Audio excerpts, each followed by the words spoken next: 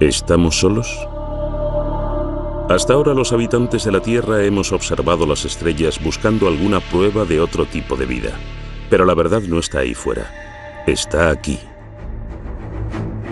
Desde la Segunda Guerra Mundial, el gobierno británico ha estado observándonos, observando el cielo.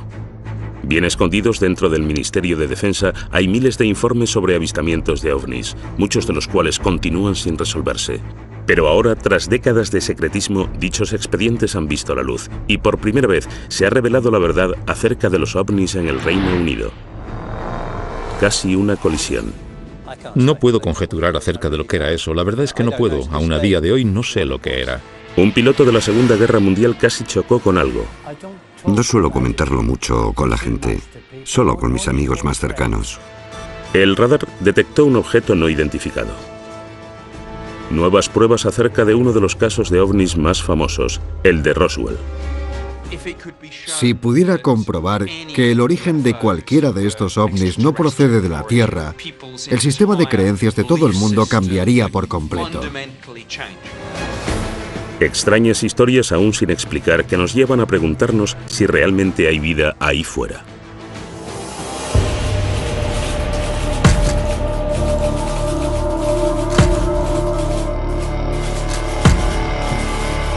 OVNIs en Inglaterra. Nuevas pruebas. ¿Cuáles son las 3 palabras con más búsquedas en Internet? Quizá las 2 primeras no nos pillen por sorpresa. Los ovnis están muy arraigados en el imaginario popular, pero pocos mitos han involucrado tanto a las investigaciones gubernamentales y han sido tan vigilados y encubiertos como los ovnis. Alguien que conoce bien la seriedad con la que tratan las autoridades británicas los avistamientos es Nick Pope, antiguo trabajador del Ministerio de Defensa. A partir de 1952, se decidió que realmente se necesitaba una pequeña unidad permanente que estudiara e investigara el fenómeno de los ovnis. Y fue ya en los años 50 y hasta 2009 cuando el Ministerio de Defensa tuvo un pequeño proyecto dedicado al misterio de los ovnis. Pope fue el encargado de este departamento en los 90 y ayudó con los miles de expedientes que el ministerio había reunido durante décadas. Por ahí viene. Ahora que estos han salido de su escondite, testigos clave en avistamientos de ovnis cuentan su propia versión.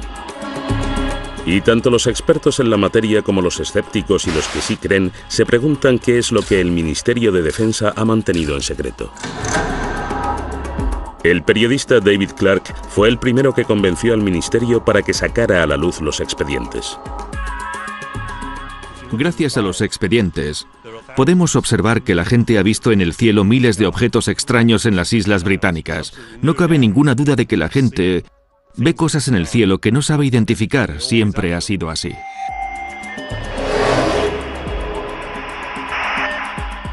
Caso 1. Piloto casi choca con objeto desconocido. 6 de enero de 1995. 2 experimentados pilotos de un Boeing 737 con 60 pasajeros que realizaba el trayecto Milán-Manchester informan de que casi chocan. Se trata del increíble avistamiento de un objeto volador no identificado que volvió locas a las autoridades. En los expedientes del Ministerio de Defensa hay un gran número de incidentes en los que están involucrados aviones que casi chocan contra objetos voladores no identificados. El más impresionante de todos fue el informe que hizo la tripulación de un 737 de British Airways. Speedbird 5061 sobrevolando los Montes Peninos, 14 kilómetros. Estaban a punto de entrar en este banco de nubes. El cielo estaba despejado y había buena visibilidad. De repente el copiloto dijo que había visto viniendo hacia ellos una especie de árbol navideño con luces.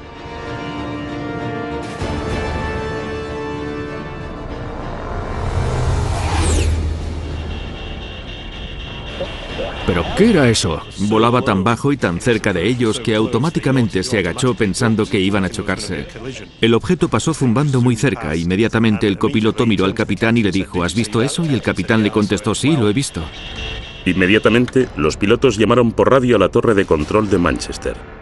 A los tripulantes de cualquier avión les preocupa mucho el posible daño que pudiera sufrir su reputación si se les empezara a conocer como los que ven platillos volantes. Por lo que resulta muy interesante que en este caso, y a pesar de eso, los dos pilotos decidieran que cuando aterrizasen iban a presentar un informe oficial para que las autoridades encargadas de la aviación civil llevaran a cabo una detallada investigación, que es lo que sucedió. Es la primera vez que los expedientes del Ministerio de Defensa muestran cómo este extraordinario suceso desencadenó una investigación a gran escala dirigida por el investigador de colisiones aéreas Anthony Booth. Para empezar, era algo muy extraño, ya que fue el único caso que recuerdo de los 7 años que estuve trabajando en ese departamento en concreto, en los que tuve que enfrentarme a una cosa así. Hablamos con los pilotos, con los dos, observamos las grabaciones del radar y las transcripciones de las voces de los pilotos, así como las grabaciones de lo que dijeron los de control de tráfico aéreo. Hemos buscado cualquier cosa que pueda arrojar algo de luz acerca de lo que pudo ser ese objeto. Los pilotos no quieren hablar públicamente de la colisión que casi se produjo, pero los expedientes del Ministerio de Defensa recogen lo que contaron en su momento a Anthony Booth. Al principio, centré mi atención en el brillante escudo que estaba delante de nosotros, pero algo que había a los lados me distrajo. El objeto tenía numerosas luces pequeñas y blancas, como un árbol de Navidad. Iba a mucha velocidad, y aunque era imposible calcular la distancia, estaba muy cerca. Existe la transcripción de la conversación entre el capitán del 737 y los de control desde tierra. Manchester, hablo desde el Speedbird 5061. Algo nos ha pasado por encima, por el flanco derecho a mucha velocidad. Y los de Manchester inmediatamente les contestaron, no se ve nada en el radar. ¿Era un avión? Bueno, tenía luces, nos pasó por estribor muy rápido. Los de Manchester preguntaron, ¿por encima de vosotros? Sí, un poco por encima de nosotros, sí. Los de Manchester les aconsejaron que mantuvieran los ojos bien abiertos por si veían algo más, pero no vieron nada. Ese objeto debía ser muy rápido. Debía ser muy rápido o haberse dirigido hacia abajo muy deprisa cuando os pasó. De acuerdo, vamos allá. La torre de control de Manchester no pudo encontrar nada en el radar. Según Doug Robb, experto en radares, este hecho es extraordinario. La probabilidad de que no se detecte una actividad así es remota, ya que en la zona operan varios radares, y cualquier movimiento a esos niveles debería, casi sin ninguna duda, haber generado una respuesta en el radar, pero no se vio nada. Entonces, ¿qué era lo que no detectó el radar? Los expedientes del Ministerio de Defensa muestran que los investigadores y los pilotos barajaron todas las posibilidades. ¿Crees que era un ala delta? Por la noche sería un suicidio. Un ala delta no llamaría la atención de un radar normal, ¿no? ¿Un cometa? No, no creo. Un meteoro sí que podría ser detectado si el radar mirara justo en la dirección correcta, cuando ese fragmento de detrito pasó a una gran velocidad. ¿Un objeto militar? Puede ser, pero no lo reconocí, y estamos cerca de un aeropuerto importante. Debería haber aparecido en el radar. ¿Un avión espía? No creo, no parecía un avión furtivo. Los radares normales a veces no detectan aviones furtivos. Un avión espía se ocultaría y no volaría en una zona en la que le pudieran ver, y menos en una zona con tantos aviones de línea. ¿Un ovni? No digas tonterías. No lo sé. Los pilotos no mentían. Es cierto que tuvieron una experiencia fuera de lo común que aún hoy no saben explicar. Los expedientes muestran que la investigación analizó seriamente la posibilidad de que se tratara de una actividad militar, pero no encontraron pruebas de ninguna fuente oficial. Es bastante improbable que un vuelo de esas características se hiciera tan cerca de un aeropuerto internacional con tanto tráfico aéreo. Entonces, ¿qué era ese objeto? A continuación conoceremos la conclusión escondida en el Ministerio de Defensa desde 1995, a la que llegó la investigación de Anthony Booth. En muchos de los incidentes que investigamos, solemos llegar a alguna conclusión definitiva, pero en este caso no pudimos. Tuvimos que elaborar un cálculo de causa y riesgo, y ni la causa ni el riesgo estaban calculados. Grado de riesgo incalculable, causa incalculable. Es una declaración muy difícil de encontrar en un informe aéreo oficial, ya que dice, en resumen, que no tenemos la menor idea de lo que era eso. Me gustaría saber qué es lo que dirán cuando volvamos. Supongo que se reirán de nosotros. Al final del sumario en el que se recoge esta investigación pone: no cabe ninguna duda de que ambos pilotos vieron un objeto y de que este era de un tamaño suficiente como para dar lugar a un informe aéreo oficial. Desgraciadamente, tanto la naturaleza como la identidad del objeto continúan siendo un misterio. Especular acerca de actividades extraterrestres, por muy fascinante que pueda parecer, no entra dentro de las competencias de este equipo, por lo que deberán hacerlo los interesados en este campo. Según algunos ufólogos como Nick Pope, la ausencia de conclusiones reales deja importantes preguntas sin resolver. A mí me parece algo extraordinario. OVNI no significa nave alienígena voladora, pero está claro que para algunas personas, ya sea para el capitán y el copiloto, para los investigadores de la autoridad encargada de la aviación civil o para el ministro de Defensa, está claro que alguien estaría pensando, quizás, solo quizás, se trate de algo extraterrestre. No puedo conjeturar acerca de lo que era eso. La verdad es que no puedo. Aún a día de hoy no sé lo que era. Lo único que sé es que no podemos pensar que lo sabemos todo en estos tiempos. Es posible que haya cosas que no conocemos. La investigación del incidente de Manchester nos muestra la seriedad con la que el Ministerio de Defensa trata los avistamientos aún sin explicar. No obstante, el Departamento de Ufología lleva décadas recibiendo informes de pilotos. Los expedientes revelan avistamientos durante la Segunda Guerra Mundial y en algunos casos estos eran tan importantes que se trasladaron a las más altas instancias del gobierno británico. Los expedientes sobre ovnis que han salido recientemente a la luz confirman lo que muchos expertos sospechaban, que el gobierno británico lleva investigando avistamientos sin explicación ya desde la Segunda Guerra Mundial. No suelo comentarlo mucho con la gente, solo con mis amigos más cercanos, que es posible que lo experimentaran mientras volaban durante la guerra. Caso 2. Encuentro cercano dentro de un bombardero. Primavera de 1944. Gran Bretaña descargaba grandes bombardeos sobre Alemania. Rumores acerca de extraños misiles sin identificar llegaban a oídos de los más altos cargos y se consideraban una amenaza para la moral pública. Los expedientes del Ministerio de Defensa muestran que la orden de mantenerlos en secreto vino desde las más altas instancias. Se trataba de avistamientos como el que vivió el artillero Bernard Day. Este de aquí es el diario que fui escribiendo cuando estuve en la guerra. Voy a leer lo que puse el 28 de abril. Operación Essen. 300 aviones sobrevolaban Essen. Day escribió entonces el avistamiento más extraordinario. Objetos no identificados, a los que describí como enormes bolas de fuego. Es la primera vez que Bernard Day habla en televisión de lo que ocurrió esa noche. Salíamos de la zona más peligrosa y ya volvíamos a Mildenhall, nuestra base. Nos dirigíamos a Francia y todo parecía en calma. De repente vi 3 bolas de fuego que venían desde abajo y se lo comuniqué a nuestro piloto, Arthur Horton, por el intercomunicador. Unos segundos después, un artillero que estaba detrás, Brian Harper, vio 2 bolas de fuego más.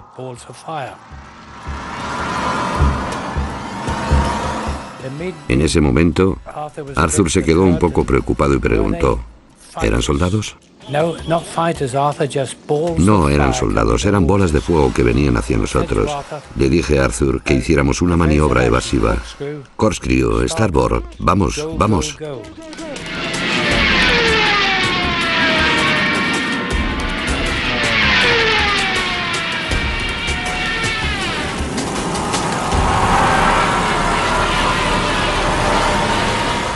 Íbamos a más de 400 kilómetros por hora. El avión se agitaba como una hoja, y aún así aquella cosa nos seguía. El piloto tenía miedo de quemar el motor. Nuestro ingeniero Dave decía, pero ¿y el motor? No se preocupe por el motor, señor, siga, siga, o algo por el estilo. Las palabras fueron un tanto groseras. A los tripulantes y a mí nos dio mucho miedo ver esas bolas. Después de recorrer una distancia muy corta, estos 5 objetos rojos aminoraron la marcha y simplemente Las luces rojas desaparecieron en la oscuridad que nos rodeaba y volvimos a casa sanos y salvos. Cuando volvimos a Mildenhall, nuestra base, bueno, es habitual que los agentes de inteligencia pregunten a cada equipo. No pararon de reírse de nosotros, lo que molestó al piloto, que les contestó que ellos no se reirían tanto si hubieran estado sentados dentro del avión con nosotros. ¿Qué cree el artillero Bernard Day que eran aquellos objetos? No supe qué pensar, pero creí que era simplemente una nueva arma que habían inventado los alemanes. Pero Bernard Day no es el único. Durante la Segunda Guerra Mundial, otra tripulación de un avión informó de avistamientos inexplicables, y ahora sabemos que al menos uno de esos informes se eliminó y de que la orden para hacerlo vino directamente desde las altas esferas. Al primer ministro durante la guerra, Winston Churchill, le asustaba tanto que el informe se filtrase que ordenó que no viese la luz en 50 años. El señor Churchill declaró que el incidente con el ovni debería permanecer clasificado durante al menos 50 años y que lo habría de revisar un futuro primer ministro. La orden de Churchill se refería específicamente a un avistamiento producido casi al final de la guerra por una tripulación aérea británica que volvía de una misión de reconocimiento de Alemania. En los expedientes consta: mi abuelo estuvo en un debate sobre un incidente inesperado que sufrió la tripulación de un bombardero de las Fuerzas Aéreas Británicas. Los expedientes del Ministerio de Defensa muestran que la historia se originó gracias al nieto de uno de los guardaespaldas de Churchill, que estuvo presente en una reunión urgente entre el primer ministro y el capitán estadounidense de las tropas aliadas, el general Eisenhower, que discutieron juntos este incidente. Escribió para ver si el ministro podía confirmar esta historia de que este hombre, que era guardaespaldas, estuvo presente en una conversación entre Winston Churchill y Eisenhower acerca de un misterioso incidente que vivió la tripulación de un avión de reconocimiento de la Fuerza Aérea Reales. Vieron un objeto metálico que apareció al lado de su avión y seguía al avión y se comportaba de una forma completamente inexplicable para ser un avión alemán o cualquier otro tipo de avión nazi o de objeto volador de los que ellos tenían constancia. Un importante experto en aviones también estaba en la reunión. Descartó la posibilidad de que fuera un misil, ya que los misiles no pueden igualar su velocidad a la de un avión que vuela más despacio y luego acelerar otra vez. Churchill se aseguró de que este asunto no llegara más lejos. Otra persona presente en la reunión planteó la posibilidad de que fuera un objeto volador no identificado, lo que hizo que Churchill anunciara que el incidente debía clasificarse inmediatamente. Pero el expediente llega más lejos. Una extraordinaria línea explica el terror que sentía Churchill a la reacción del público ante el avistamiento de este ovni si alguna vez llegara a hacerse público. Este suceso debe clasificarse inmediatamente, ya que provocaría una psicosis colectiva entre la población y destruiría la creencia en la Iglesia. Sin embargo, el expediente también desvela que no era la primera vez que Churchill se veía envuelto en este tipo de avistamientos. En octubre de 1912 se produjeron avistamientos de unas luces misteriosas en el cielo sobre los astilleros de Sheerness, en Essex. Winston Churchill era el primer lord del almirantazgo y tuvo que ocuparse de este asunto. Además, Churchill tuvo que admitir en el Parlamento que no podía explicar lo que se había visto. Los expedientes muestran que una vez acabada la guerra, Churchill se interesó por los avistamientos sin explicación. Tras los avistamientos de Washington D.C. en 1952, este tema acaparó muchas portadas. Winston Churchill se interesó de nuevo y mandó un memorándum al secretario de Estado del Aire. ¿Qué es todo esto de los platillos volantes? ¿Qué puede significar? ¿Cuál es la verdad? Hágame llegar un informe en cuanto le sea posible. Hasta ahora Bernard Day no sabía que había habido otros avistamientos durante la Segunda Guerra Mundial que Churchill quería mantener en secreto en un periodo tan crítico. Le enseñamos el expediente del Ministerio de Defensa acerca de Churchill que acababa de hacerse público. Después de leer este informe, me da la sensación de que es idéntico a lo que nosotros presenciamos y vimos esa noche. No había oído hablar de esto antes, pero no me sorprende que se lo contaran, ya que sucedieron durante la guerra. Y está claro que estos objetos existieron. Es interesante que durante la década de los 40 los tripulantes de aviones vivieron numerosos avistamientos, y hay varios expedientes en los archivos nacionales de las Fuerzas Aéreas Reales que detallan algunos de estos informes, a los que denominaron fenómenos tipo cohete, pero nunca pudieron explicarlos. Al final de la guerra, cuando dieron parte a los pilotos de la Luftwaffe, estos dijeron que ellos también habían visto cosas semejantes y que pensaban que eran armas secretas de los aliados. ¿Hay alguna explicación para lo que los tripulantes de los aviones vieron? Dave Clark tiene su propia teoría. Simplemente pensaron que la dotación aérea había sufrido percepciones erróneas. Estaban esperando la acción del enemigo y estaban demasiado cargados de adrenalina. Fueran ovnis o no, los expedientes muestran que los líderes de la Segunda Guerra Mundial estaban desesperados porque los avistamientos no salieran a la luz. El siguiente expediente desvela cómo incluso décadas más tarde, el gobierno británico seguía muy asustado por este tema.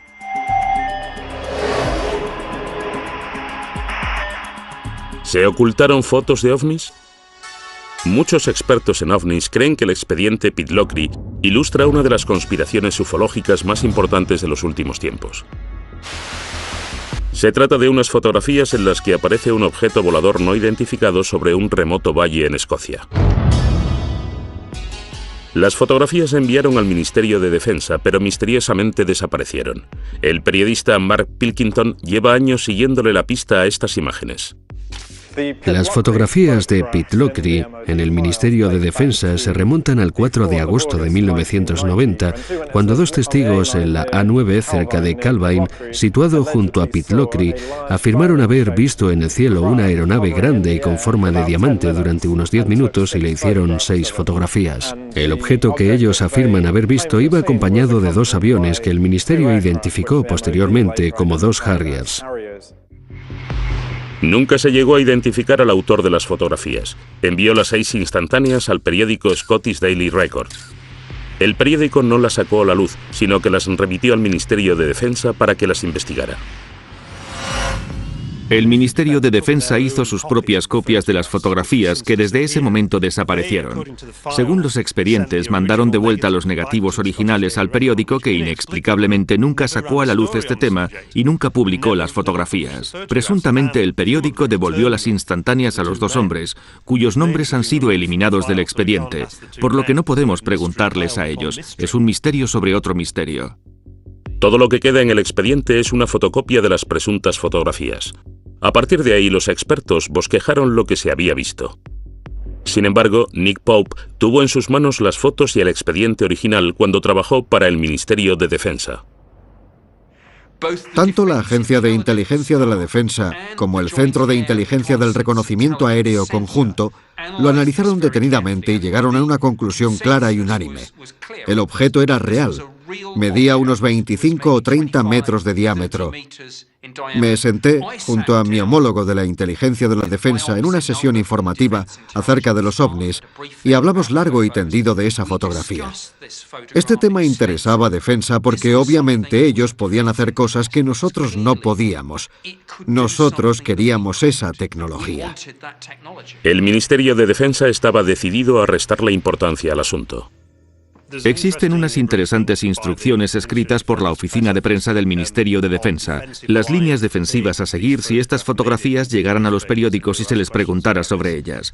Hay un apartado que básicamente dice que hemos visto las fotografías y no se ha llegado a ninguna conclusión definitiva acerca del alargado objeto con forma de diamante. Y si se sienten presionados por los medios de comunicación, deben decir que todos los avistamientos se remiten al personal de los departamentos responsables de la defensa aérea del Reino Unido.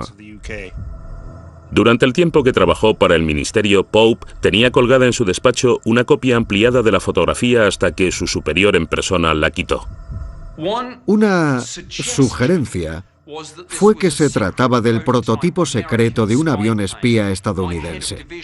Mi jefe de sección se convenció a sí mismo de que seguramente era un tipo de avión o aeroplano secreto y ordenó que lo descolgase. Sabemos, gracias a los expedientes, que había una gran controversia interna acerca de si los estadounidenses estaban pilotando ese increíble avión espía, y si eso era cierto, ¿por qué no habían pedido permiso para sobrevolar el espacio aéreo británico con ese avión? El periodista Mark Pilkington cree que los acontecimientos que se vivieron en aquel tiempo podrían haber influido en lo que la gente creyó ver. Esto sucedió justo 2 días después de que estallara la Primera Guerra del Golfo, y por supuesto había un gran despliegue de aviones que volaban hacia Oriente Medio. Reino Unido era una especie de parada intermedia, una especie de plataforma de lanzamiento para muchos de esos aviones. El Ministerio de Defensa estaba preocupado por cómo reaccionaría la opinión pública, igual que lo estuvo Churchill 4 décadas antes. ¿Intentó el Ministerio de Defensa británico ocultar las fotografías de Pitlochry? Cabe la posibilidad de que el ministerio destruyese esas imágenes, posiblemente porque creyeron que se trataba de un avión espía estadounidense del que no tenían, o más bien no teníamos constancia. O quizá, si este objeto realmente no se explicó nunca, porque sencillamente no queríamos sufrir el bochorno de decir que puede haber cosas en nuestro espacio aéreo con velocidades y maniobras que sobrepasan lo que nosotros conocemos y aún así no las podemos explicar. No obstante, todos nos estamos basando, hay que dejarlo claro, en una imagen en blanco y negro muy distorsionada y borrosa, que hasta donde yo sé, podría haberla pintado un niño con pinturas. Mark Pilkington aún sigue buscando las auténticas fotografías de Pitlochry para averiguar qué fue lo que puso a prueba al Ministerio de Defensa británico. Sin embargo, 6 años después, en la costa este de Gran Bretaña, otro avistamiento de un ovni desata otra investigación militar a gran escala y un gran reto para la Secretaría de Estado de Defensa. En 1996, el Ministerio de Defensa sufrió una grave brecha en la defensa del Reino Unido producida por un ovni en Anglia Oriental. Los expedientes revelan que no solo la policía, los guardacostas y las fuerzas aéreas se vieron envueltos, sino que se llamó a la Secretaría de Defensa para que despegasen reactores caza. Estoy muy preocupado por un incidente que se produjo hace poco en la costa de Anglia Oriental, en el que se avistó un objeto volador sin identificar al que buscaban varios sistemas de radares militares diferentes. ¿Por qué no despegaron nuestros aviones? Fue uno de los mayores sustos de la historia de la ufología. Y todo comenzó una tranquila noche de octubre en la costa este.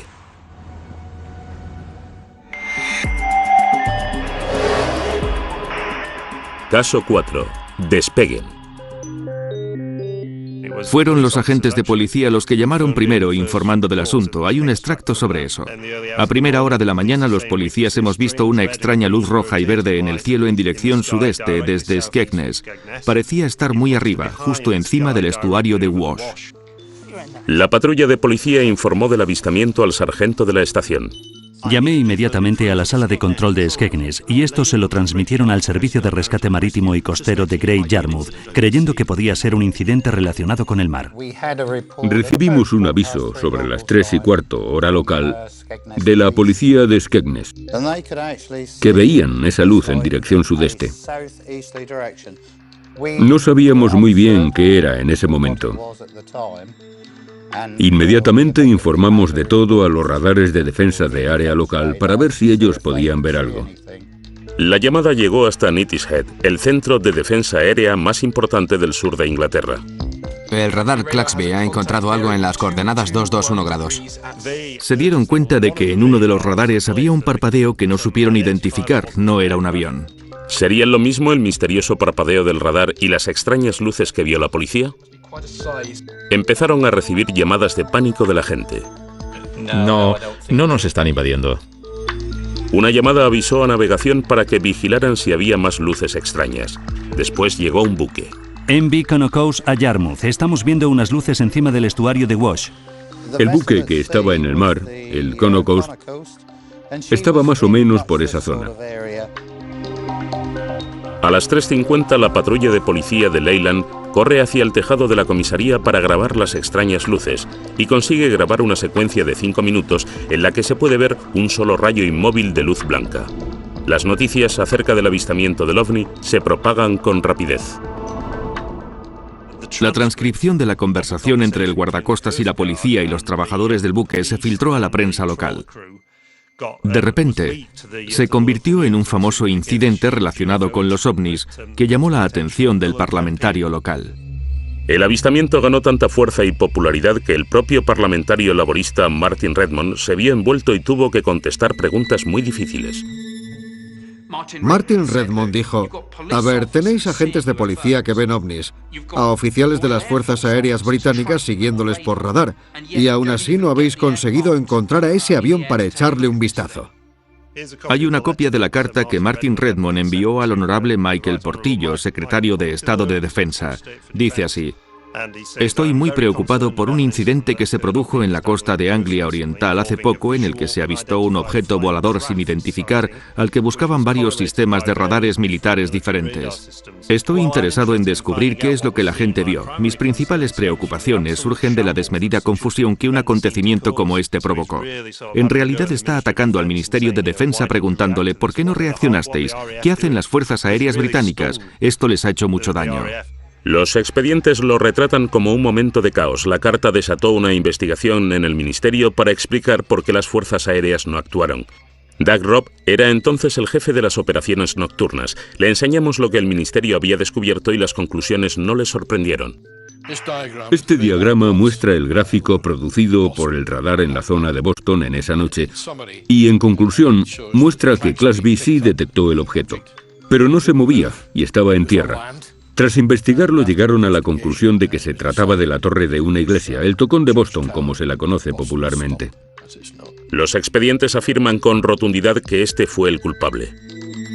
A esta iglesia se la conoce como el Tocón de Boston en el mundo de la aviación, ya que a veces aparece en algunos radares, dependiendo de las condiciones de propagación del mismo.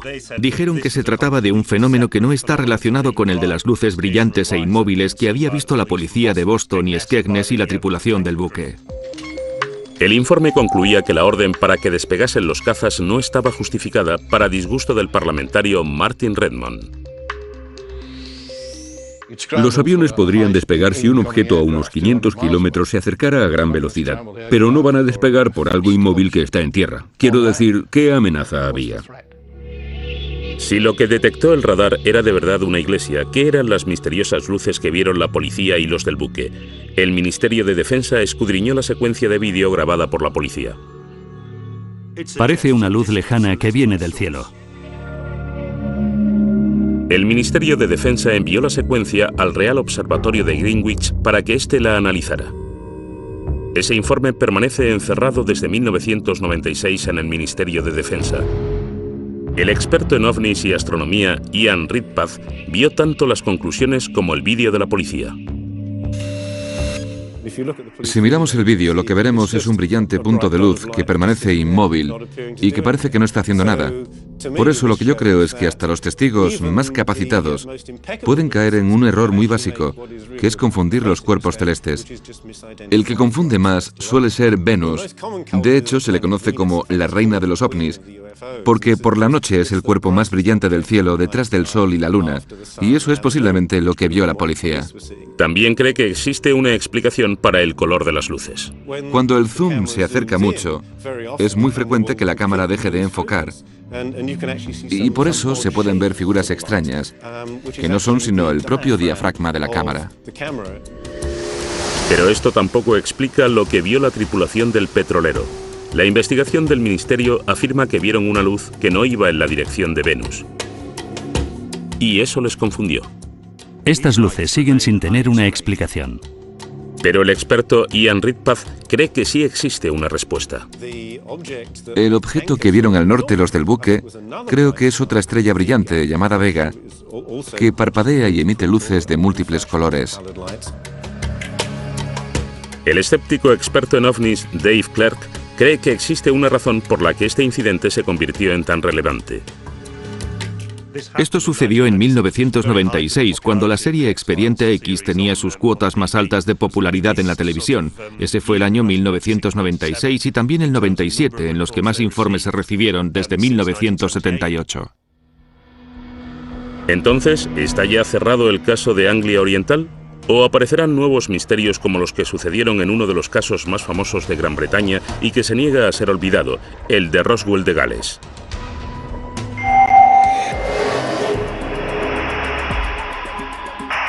Caso 5. El caso de Roswell de Gales. En 1974, en el norte de Gales, miles de personas vivieron un violento temblor a la vez que se vieron luces que caían desde el cielo. Algunos ufólogos piensan que un ovni colisionó y que se intentó ocultar el caso conocido como el del Roswell de Gales. Eran ruidos muy fuertes, sí. De repente toda la casa vibró. La casa empezó a temblar. Parecía que estaba justo encima de nosotros. Pensé que la casa se caía. Había una luz procedente de las montañas, por ahí. 24 de enero de 1974, 21:50 hora en el meridiano de Greenwich. Se ven 5 cuerpos increíblemente resplandecientes que atraviesan el cielo. Se han conocido nuevos datos que alimentan más aún el misterio. Uno de los testigos más importantes del denominado incidente de Bergen es Hugh Loy, que por aquel entonces era el hijo de un granjero y contaba solo con 14 años. Justo después de las 8:30 de la tarde, la familia de Hugh sintió el devastador terremoto. Fue una experiencia aterradora. Aún hoy, 40 años después, Hugh recuerda ese día como si hubiera sido ayer. Oí como un golpe seco e inmediatamente todo empezó a moverse con mucha violencia. La luz parpadeaba y la tele, las luces y la fotografía que estaba sobre el televisor parecían copos de nieve en la pantalla. Todos estábamos muy asustados, no teníamos ni idea de lo que pasaba. Enoch dijo, debe haber sido una explosión. Y luego el teléfono empezó a sonar. Los vecinos nos llamaban para preguntarnos, ¿habéis sentido eso? Y bruscamente, unos 20 minutos después, oímos que alguien llamaba a la puerta.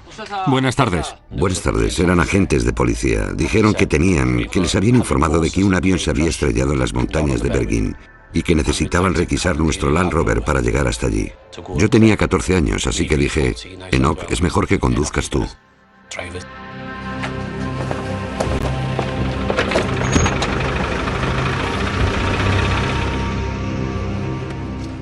Y continuamos por la montaña durante casi 1 kilómetro, igual más de 1 kilómetro. Entonces nos bajamos del coche, nos paramos un momento, cogimos las linternas. Todo estaba muy tranquilo y muy oscuro, allí no había nada que ver. Repartid las linternas. Y uno de ellos dijo, aquí no hay nada, está todo muy tranquilo, no se ve nada, es mejor que bajéis. Así que nos íbamos de nuevo a subir a los coches cuando vimos una luz blanca muy brillante. ¿Qué es eso? En el valle, justo detrás de esos árboles, hacia la izquierda, en el valle entre esas dos montañas, vimos una luz blanca muy brillante que salía como de la tierra, hacia arriba. Y era muy, muy brillante. Yo supe que procedía de la tierra, pero no pudimos ver qué era lo que la emitía porque estaba muy abajo en el valle, escondido. No parecía la luz propia de un accidente de avión. Era demasiado blanca para tener fuego cerca y duró muy poco, 20 segundos como mucho. Rastrearon toda la montaña, pero no había ni rastro de un accidente aéreo. ¿Qué era entonces esa luz? El ufólogo Andy Roberts lleva investigando el ovni de Bergen durante años. A pesar de ser escéptico, reconoce que existe un misterio central que concierne a otro testigo clave en el incidente. En un pueblo cercano llamado Yanderville vivía una enfermera que se llamaba Pat Evans. Allí también sintió la explosión y como ella era enfermera y tenía el equipo médico necesario, pensó que si se había estrellado un avión podía ir allí y ayudar hasta que llegaran los servicios de emergencia. Pat Evans estaba con 2 hijas adolescentes a unos 6 kilómetros de Hugh Loy cuando la tierra tembló. ¿Qué ha sido eso?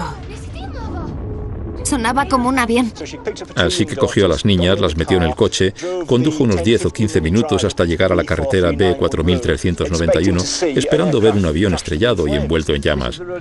Esta es la carretera por la que conducía. Es una carretera que conocía muy bien, por lo que no tuvo problemas en llegar hasta aquí de noche. Obviamente ella esperaba ver lo que pensaba que había sido una desgracia aérea. Y justo cuando se asomó por el otro lado de esa arboleda, lo que vio le dejó absolutamente boquiabierta.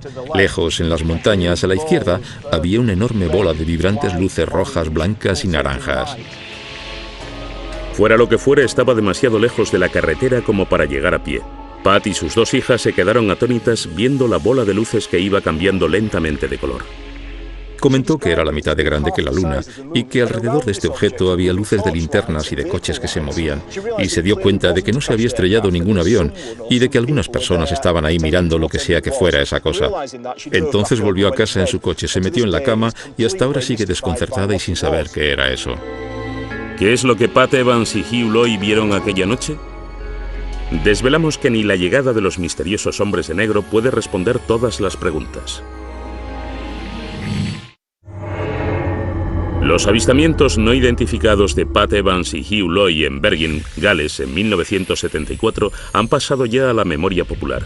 Los archivos del Ministerio de Defensa desvelados recientemente han añadido aún más misterio. Investigadores del Departamento Geológico Británico fueron enviados a Bergen para investigar un temblor de tierra que había registrado 3,5 grados en la escala de Richter. Inmediatamente después del terremoto empezamos a recibir muchos informes bastante complejos sobre luces en el cielo y en la colina. Así que reuní a un pequeño equipo de personas para que fueran allí y preguntaran a la gente lo que habían visto, oído o sentido. El equipo del Departamento Geológico Británico empezó a conocerse en Bergen como los hombres de negro, ya que iban vestidos con trajes oscuros de aspecto oficial e iban puerta por puerta. Algunas personas parecían pensar que todo este acontecimiento era algo sospechoso y que nosotros, simples científicos del Departamento Geológico, teníamos algo que ver con los eventos sospechosos que pasaban aquí. Los archivos que contienen las notas de Chris recuerdan su entrevista con la enfermera Pat Evans, que vio la luz no identificada. Aquí tengo las notas que tomé cuando hablé con Pat Evans. Ella sintió el temblor, pero también estaba muy preocupada por las luces que vio en el cielo. Pensó que era una gran luz roja que brillaba como el fuego. Esta es una copia de uno de los mapas que nosotros y nuestro equipo usamos cuando estábamos por la zona hablando con la gente. Y por tanto fuimos capaces de marcar en el mapa el punto exacto donde hicimos esa entrevista. Y por tanto, lo que exactamente esa persona vio, oyó y sintió. Este mapa del Departamento Geológico Británico, que antes no había visto la luz, es una revelación. Muestra las luces anómalas que vieron Pat Evans y Hugh Loy. Ambas aparecieron en la misma pequeña zona de la ladera, al mismo tiempo. El ufólogo Andy Roberts vuelve al mismo punto de la ladera donde Pat y sus hijas vieron el ovni. Y donde Pat Evans contó su historia a Andy Roberts en 1998. Cuando llevé a Pat Evans hasta esta carretera de montaña en 1998 y me contó su historia, la fotografié. Y la fotografía que hice la mostraba señalando el lugar donde ella vio lo que vio en 1974. Y a juzgar por la fotografía, estaba señalando hacia allí, que es donde sabemos que la policía y los granjeros estuvieron buscando esa noche. Pat Evans estaba en la carretera entre Llangennec y Wellspool, que está justo más allá del bosque aquel.